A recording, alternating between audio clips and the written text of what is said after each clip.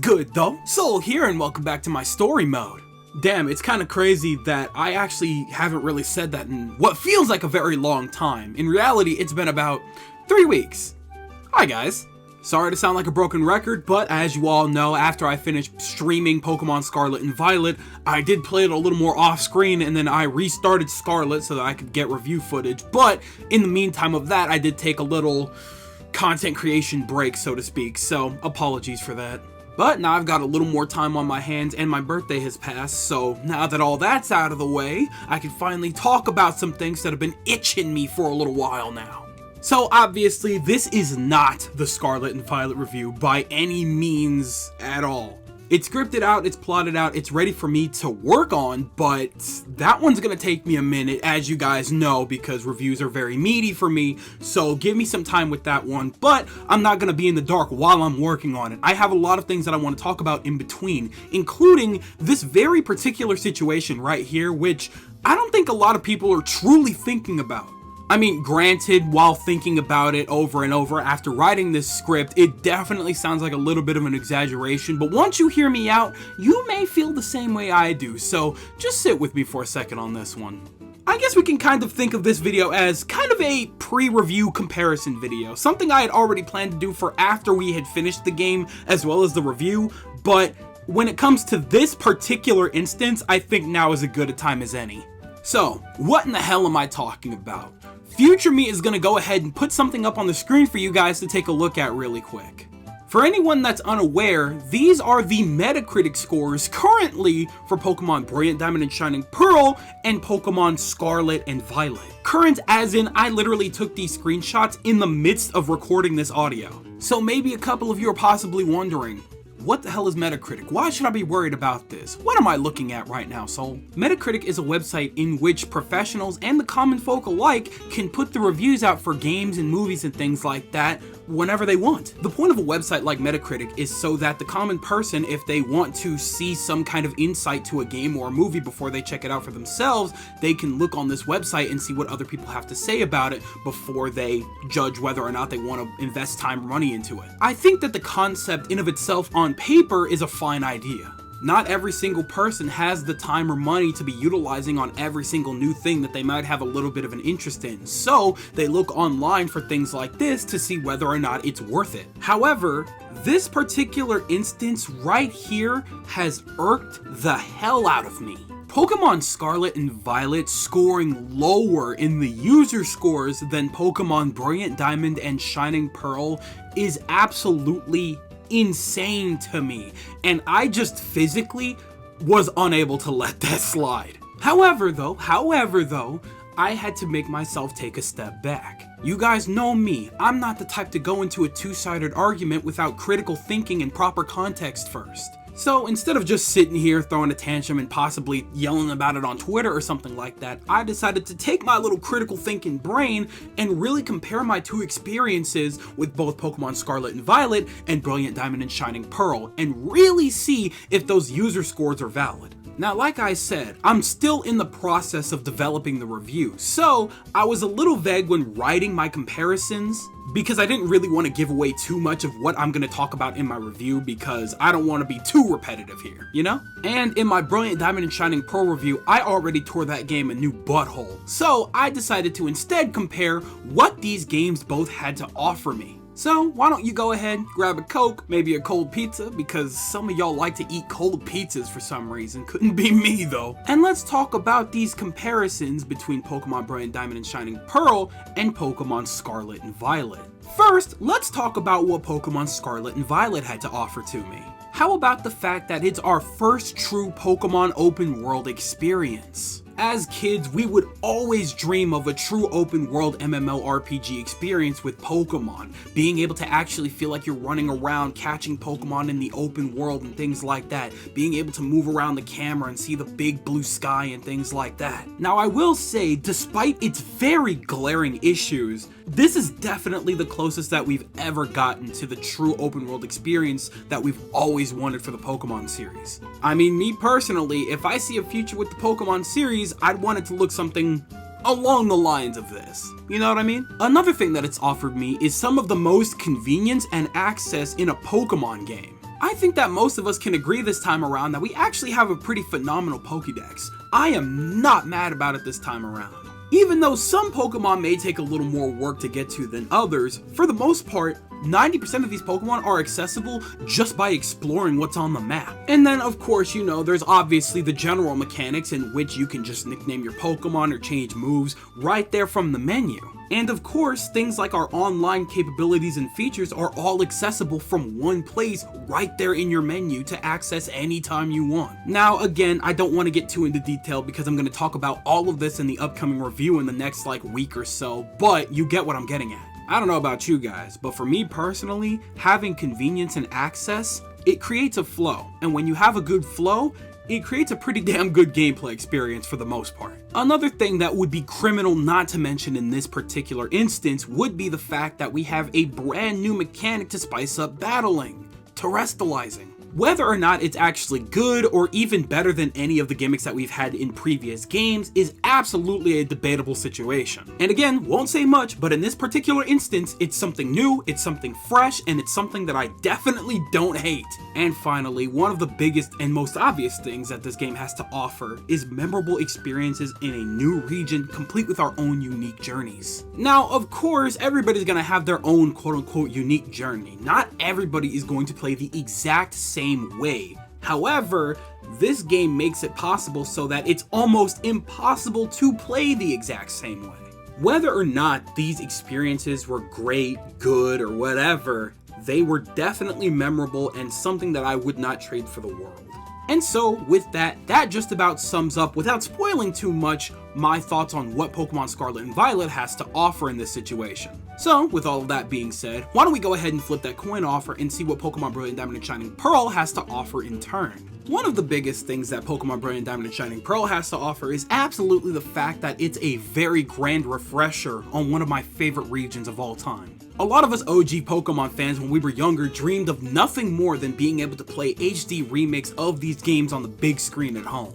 With 4th gen being my favorite generation of all time, and knowing damn well that we were eventually going to get remakes after we got the Gen 2 remakes, I was like, there's gonna be a time where I'm gonna be able to play this on the big screen, and I can't wait for that day. So naturally, my childhood counterpart squealed with excitement the moment that we were able to play through our favorite region again. The aesthetic was there, the tracks were back, everything was in its place, and it was definitely something. So, you remember a moment ago when I said that this was the biggest thing that Pokemon Brilliant Diamond and Shining Pearl had to offer to me? Yeah, it was kind of the only thing that these remakes had to offer for me. Now, let's back it up, because I know exactly what this sounds like, but we need to understand two things here before we proceed. One, as I've established a moment ago, I have been a Gen 4 simp for my entire life, which is why it's alarming that, two, I have played through Brilliant Diamond and Shining Pearl twice, and I genuinely cannot think of anything else that those games really have to offer me. I sat here scripting this out for hours, and I'm not kidding, hours, and I even went through my entire personal review of Pokemon Brilliant Diamond and Shining Pearl to give me more insight to my positives at the time when playing that game to see if they still stuck with me. Yeah, sure, it definitely offers more quality of life than its original counterpart, but that's not something new.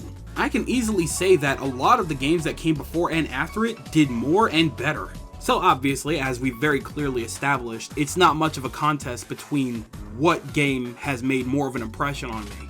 But Soul, it's not fair at all to compare a mainline generational game to a set of remakes. How is that fair? I think that it's more than fair to compare two mainline games of the same series. Also, in my personal case at least, the mainline generational games aren't always better than the remakes. I can easily say that the Gen 2 remakes have left more of an impression on me than Pokemon X and Y or Sun and Moon ever did. So all I'm trying to get across here is that I'm not trying to be nitpicky or biased or anything like that. This is literally my experiences and how I felt about them in comparison to each other. And yet, that's only about half the reason as to why I'm so confused about these scores. Now going back a little bit, In all honesty, I feel that Metacritic in of itself is kind of an aggravating little website. Now again, as I stated earlier, I do understand the intention, and hell, even at one point I would have agreed that it was a great idea to have a website like Metacritic up and running. However, growing up, I've come to understand that this site and sites like it, to me personally, seems to have done a lot more harm than they have good. Allowing any random person to just go onto the website and give their opinion on something has developed into somewhat of an odd decision to me. Now, don't get me wrong, I fully understand that I too am part of the common random person. Absolutely. However, I at the very least make sure to give my opinions and criticisms based on actual experiences and understanding not only a particular game or movie or something like that, but as a fan of a series. I've done YouTube for a very long time now, but never have I done a full review of a game that I haven't played at least most of, if not all, of what that particular series has to offer. So, in turn, I guess it's not all that much of a mystery as to why I'm tickled. A big site like this one allows people who have never actually played the game or watched the movie to give a quote-unquote review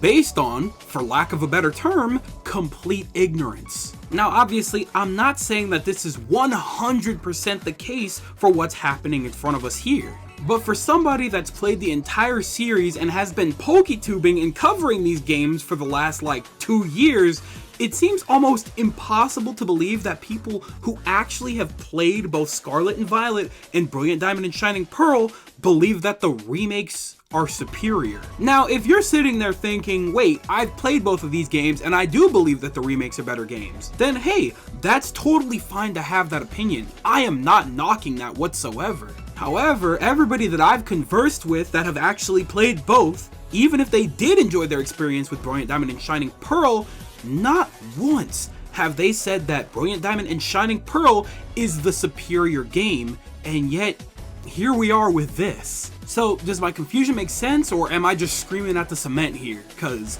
something is just not adding up to me personally. Now, I do have another example, but for the first time on this channel since becoming a PokeTuber, I'm going to have to talk about something else for a hot minute. Now, this is going to be weird because I know that a majority of you here are here for Pokemon stuff, and I totally get that. We're still talking about Pokemon at the end of the day, but this other example kind of bleeds into what I'm talking about, and I hope that we're aware that I play more than just Pokemon.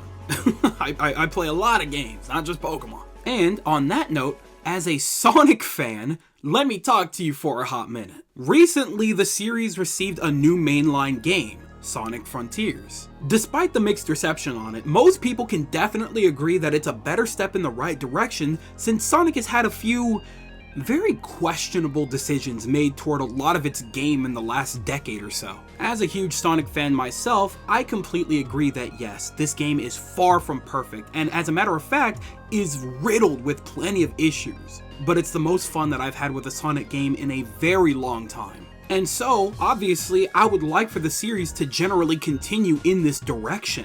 Essentially learn, understand, build upon, and maybe eventually perfect this new formula that you've come up with. It's very rough around the edges, but it's a start that I very much enjoy. Now, there was a huge incident recently in which the game had gotten review bombed by people who specifically did not play the game solely so they could piss off the fan base. Now, from an outside perspective, sure, it could be funny, hilarious even. However, there is a very good reason as to why people got so upset and pissed off. The possibility of one of the big wigs up at Sega seeing something like that is a huge risk to the series. This is the type of company that pays attention to this kind of thing, and they could get the wrong message and the series could take a serious downfall from something like that if guided incorrectly. Hence the massive backlash that came about when the situation arose. Now, as a Sonic fan myself, I have seen the fan base and I know that they are delicate, so to speak. The series has struggled for a long time, and all people have wanted from this series is a good game, and Sonic Frontiers, for the most part, kinda brought that to them. A surprising amount of those fans operate a lot like me, in which, yes, they can recognize the problems with the game in of itself. However, they can recognize the potential that that game brings to the rest of the series if going forward is guided and developed properly. So why? Why is something like these meek little Metacritic review scores and responses and things like that such a big deal? This is going to be the weirdest thing that I've ever talked about in a Pokemon video. But Sonic 06. This is going to be the last time I bring up Sonic, I promise you, but I have a point, please stick with me. Sonic the Hedgehog, more commonly known as Sonic 06 amongst fans, was regarded as one of the worst games in history, and it still looms over the series like an ugly scar. But here's the thing, a lot of people my age enjoyed that game. Time and time again, I'll see folks come back to it and make large-scale video essays on how the game wasn't perfect, but there was still something special in there, and I have always agreed. That game's reputation absolutely damaged the series for certain, but not just because the game itself needed work. No, but because at the time, the people who did have a voice and reviewed the game did not actually care about the series. And so, instead of just working on making a better game, they focused more on fixing the reputation of the series with meek attempts again and again. There were some good ones in the middle that I absolutely enjoyed, like Sonic Unleashed or Sonic Generations. But at the end of the day, every game that came out afterwards felt more like, hey, this isn't Sonic 06, maybe come try this, instead of, hey, here's a new Sonic game that we would really like to show you. And because of this, it took them well over a decade to make a game that actually felt like there was something fresh and made from love of the developers instead of an apology release from the company. And that's a very long time to wait for something. So, in relation to the main topic here, I do fully believe that Sonic 06 was a horrifically flawed game. However, as problematic as it was, I would play it all over again for the first time if I could, every single time, because it's left more of an impression on me than a lot of what was to come afterwards, and the same goes for the most recent game in the series. And so, that logic there would obviously apply to Pokemon for me as well. Finally skedaddling back onto the main point here. I do not care if people believe that Scarlet and Violet is a bad game. If you've played it and you believe that, then that is a completely valid opinion.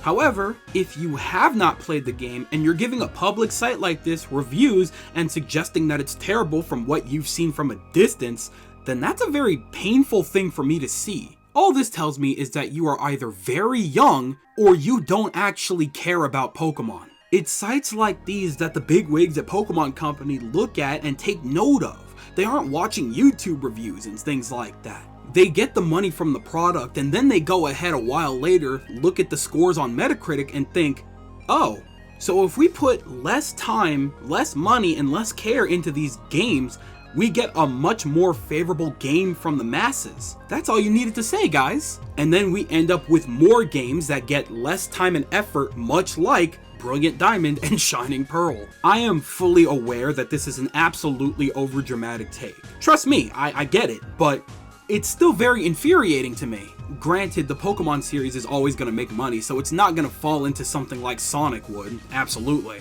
However, I would hate for it to fall into the cycle where they really do think that it's truly okay for them to put less effort, less care, less love into these games going forward because that's what they think that we want. I cannot imagine anybody who would want a fate like that for one of their favorite series. I certainly don't want it for Pokemon, and I doubt that you do too. If we want more and better out of our future Pokemon games, we need to really focus on sending the right message with stuff like this. Saying things like, game glitchy, game entirely bad, is not what they're reading, I promise you. They don't look at the individual problems when they receive scores like this. They look at the game as a whole and see it as a problem. So if we want games like Scarlet and Violet that are better and not rushed, then we need to let them know that games like this one are a much better direction than the shoddy, misguided step that they took with the remakes. Otherwise, we will never truly be satisfied with this series.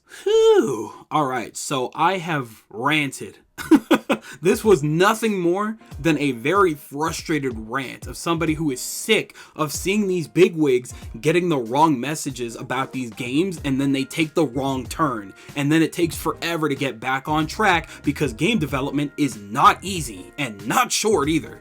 Regardless as to how I feel about these games as they are currently, I want to send the correct messages to these developers in any way possible, and blindly giving a bad review score on a site doesn't really seem like that's gonna do anything beneficial. I'm just hoping that whatever does happen after these games isn't completely influenced by blind ignorance, and we can get actual improvements on what's here already as opposed to practically starting from scratch and feeling like we're just taking another correct step. I'm getting old, man. I don't got time to be waiting 2 decades for these games to finally get to a point where they're perfect and phenomenal, because I think it's gonna take too long because stuff like this is just not helping. But that's just my take on it. Woo! Alright, so I think it's very good that I did a video like this before really working on the review, because again, I've been out of it for like 3 weeks, so I really do need to get back into the groove of things, and I think this helped out a lot, you know? So we'll definitely see another couple of videos coming up this upcoming week. I will work on those in between the review, and hopefully the review soon.